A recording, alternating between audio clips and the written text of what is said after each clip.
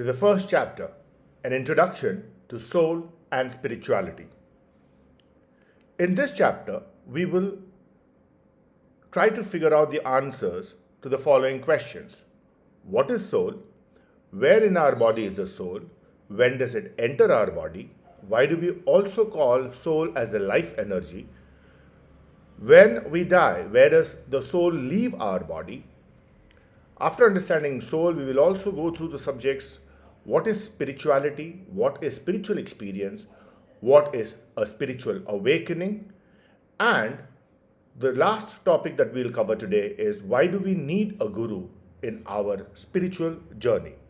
I promise all of you that this session would both be scientific and logical, and I am sure that I would be able to answer a lot of questions regarding this subject that you have had from your childhood. What is soul?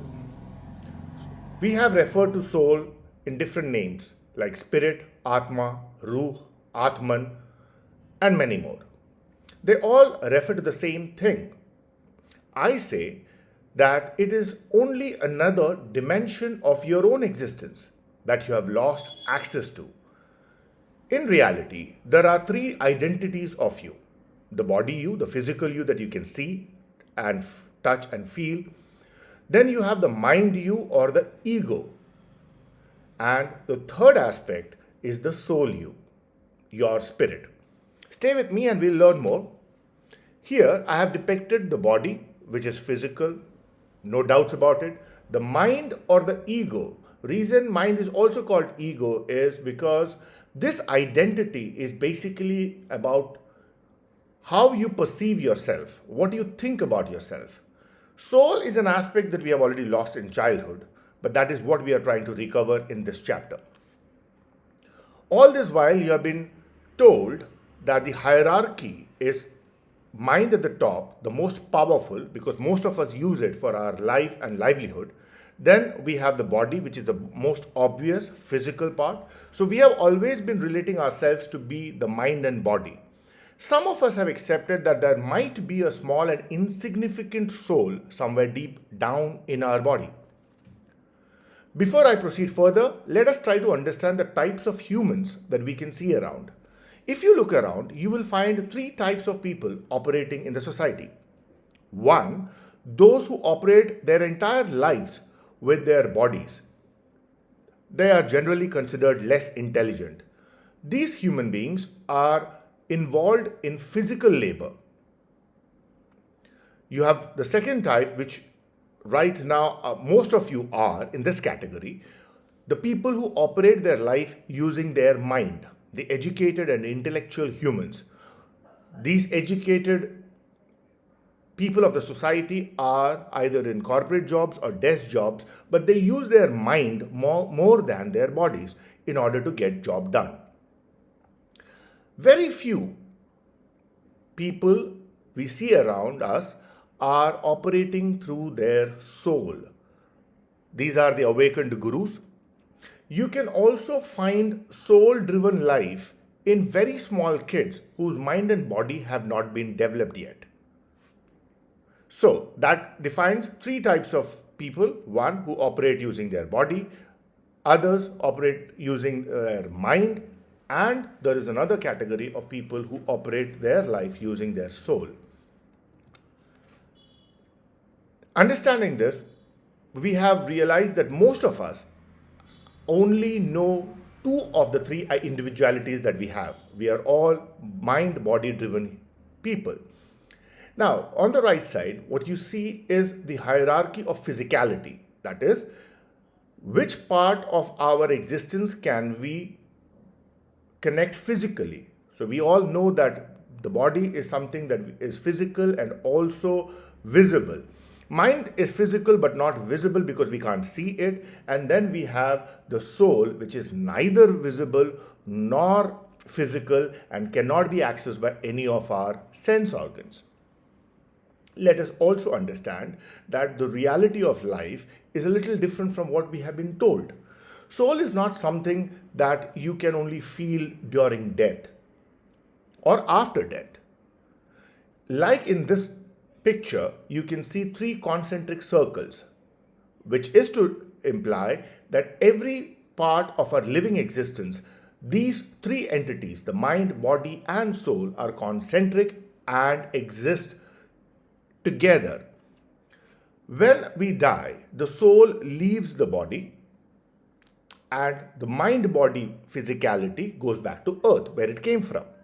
The soul finds another body or costume, as we say, in mostly in about 13 days.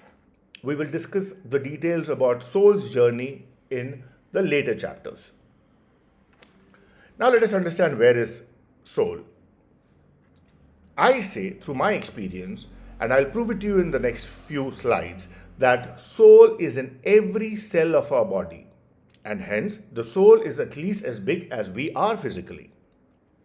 In this picture, you can see that there is a overlapping non-physical picture which shows that the soul is probably becoming bigger than the body. If you know to grow your soul, it can grow many times bigger than you because it is non-physical and is not limited to physicality. When Sadhguru says, I can grow my soul to fill the hall, he actually means it. Now we'll understand when does the soul enter the body. Before I explain that, I would like to bring your attention to the latest development in science and technology so that you know that what I'm saying is not baseless. All of us are using mobile phones. Do you see the Wi-Fi entering your mobiles? The answer is no. But when you connect it to a particular router or Wi-Fi, you can see in your device that it is connected somewhere. And once you see that, you know that the internet will work. Why? Because your mobile is now connected to Wi-Fi. But do you see or sense the Wi-Fi in the room? So Wi-Fi is something that is not perceived by our senses. Let's thank the scientists for developing this technology, because for the first time, we can accept that there are things around us which we are not sensing at all. This was an alien concept just a few years ago, and that is why it became very difficult for us to understand something existing without our perceiving it.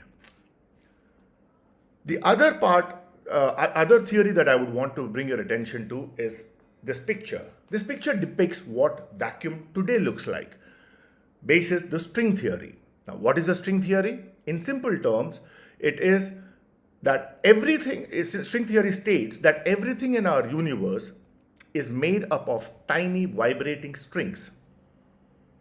These strings are one-dimensional objects and are identical to one another. Every fundamental particle that we know, electrons, quarks, photons, etc., are all made of these strings.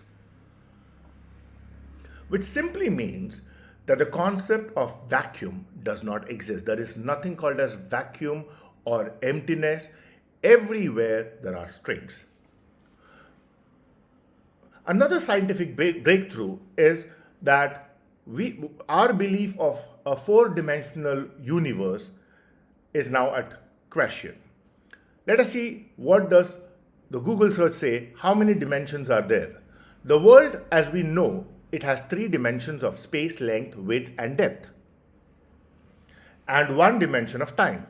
But there's the mind-bending possibility that many more dimensions exist out there. According to the string theory, one of the leading physics model of the last half century, the universe operates with 10 dimensions. Which means that our understanding of even dimensions are now being questioned. Let us now see how a human body is born. We have all learned in school that the first living cell is the zygote, which is formed by the fertilization of the sperm and the ovum. We'll see this in a video here. These are the chromosomes and the DNAs all rearranging to form the first cell of the zygote. You can see there is a lot of empty space around. During the fertilization process, there is an explosion at a frequency not audible to us. This indicates to the universe about the newborn, and at this moment, our soul enters the first cell or zygote. It enters like Wi-Fi enters our mobile phones, right? Now, as string theory says, there is no empty space. You can see some things and you can't see the rest, but that doesn't mean that they don't exist. Here we have to also accept that as humans, we are limited beings. We may be the greatest of creation, but we only hear frequencies between 20 hertz and 20,000 hertz. We only see a small spectrum of colors. We live in our body temperatures, which is maintained in a certain range. Hence, in the light of what we have understood so far, technically we should start to accept the fact that things that we cannot perceive doesn't mean they do not exist. With these in mind, we can comfortably believe that soul enters our life at the zygote formation stage in our first cell. In this picture also, the soul has entered the zygote.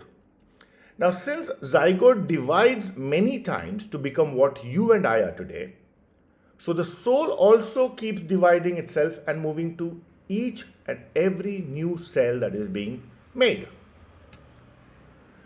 So that's how I said that soul is in every cell of our body. The next question we will look into is, why is soul called the life energy or life force? And where does it leave our body from? Absence of soul means you're dead. That means as long as we have soul in our body, we are living. That is why it is called the life force or life energy. It has been observed that when someone dies, he or she feels that something is being pulled from every cell of his body towards the navel. So for most of us, our souls leave the body from the navel.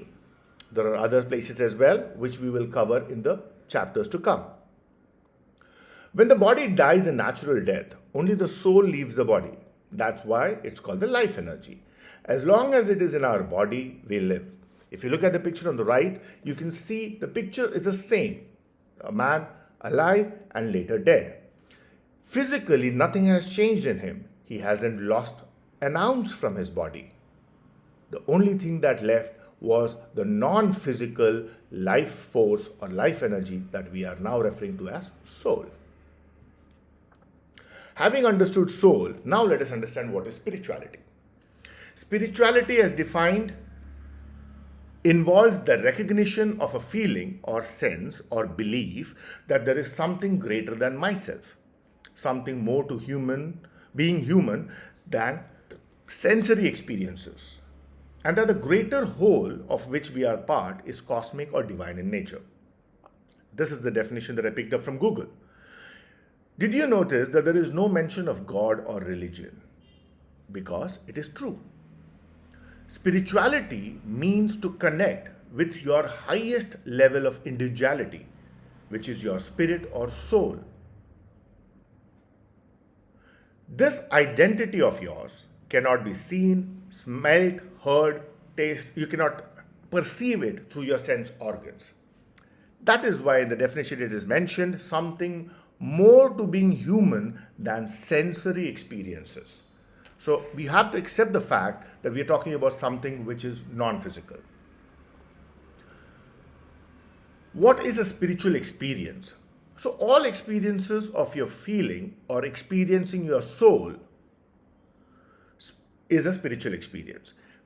Many a times in our lives, we experience the soul, but we are unaware of it happening. When you have an experience of your soul consciously, it is called a spiritual experience. Spiritual experiences can only happen when your mind is completely shut. That's why it said, no mind equals to a spiritual experience. Now, to shut your mind, there are various meditation techniques that are used. That is why it is said that we can train somebody through a spiritual experience using the meditation techniques. Next, we'll see what is a spiritual awakening. While everyone can meditate their way to a spiritual experience, only a few have a spiritual awakening. Now, while meditation is common for both spiritual awakening and spiritual experience, spiritual awakening is a phenomenon that has to happen to you. You cannot make it happen.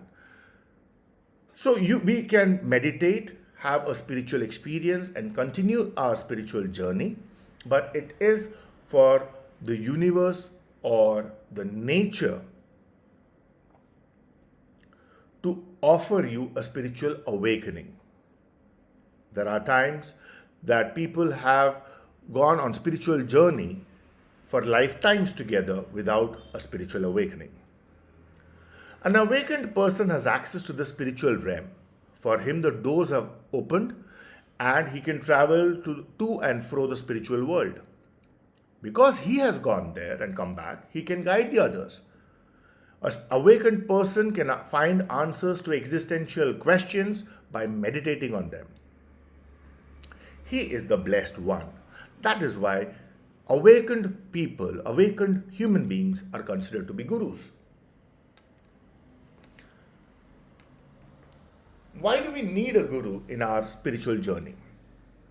By now, you would have realized that soul and spirituality are subjects that is not well known to all of us. In our spiritual journey, there are many experiences that will be new and very difficult to understand. Having a guru lets you an access to a guide who can answer your questions on time. In this journey, if you get confused, it not only affects your spiritual journey, but also can make your life worse. Having a guru lets you answers and even solace to tell you that you are on the right path or if there is something going wrong.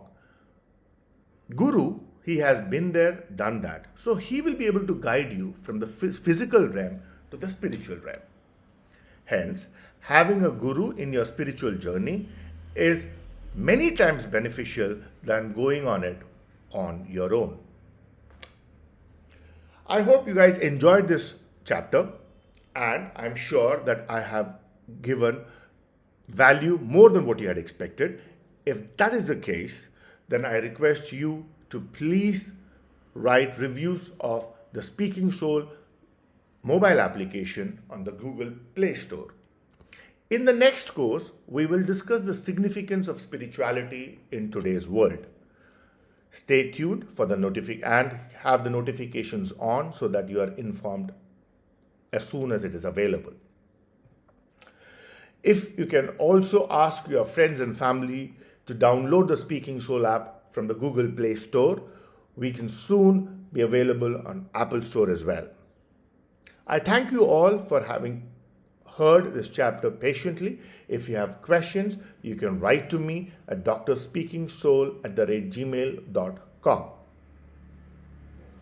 Once again, thanking you all and hoping to see you in the next chapter. Pranam.